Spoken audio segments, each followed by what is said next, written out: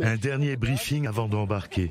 Nous pagayons nos kayaks, une simple caresse dans l'eau, car le vent tombe au petit matin. Les personnes qui participent à ce type d'excursion ne recherchent pas les sports extrêmes. Ils viennent ici pour observer et apprendre, goûter au calme. L'eau verte et trouble des déjections végétales est encore teintée d'aurore. Nous glissons le long des berges septentrionales du lac de Tibériade sur ce qui était encore de la terre ferme il y a 3 ans. Cette lagune a en fait été créée à cause des fortes pluies qui se sont abattues ici au cours des 3 dernières années. Maintenant, les arbres sont dans l'eau. Sur la cime, des arbustes secs à moitié noyés dans la vase et le sable, des nids du moineau de la mer morte.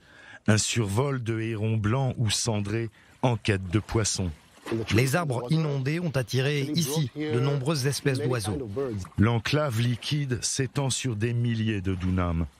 Nous nous frayons un passage dans un labyrinthe de canaux. Le vert se fond au bleu. C'est là que le courant sous-marin du Jourdain rencontre le lac de Tibériade. Le vaste plan d'eau douce est le refuge de l'âme. Puis, pause café, à l'ombre de la canopée d'eucalyptus. C'est agréable d'être entre ciel et eau.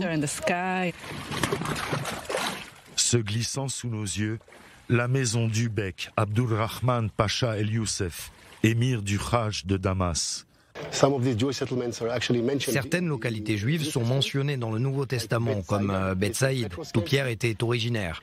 Un village antique se trouve être une ville cananéenne qui vénérait une déesse du nom de Kinéret. C'est de là que vient le nom de ce lac en hébreu.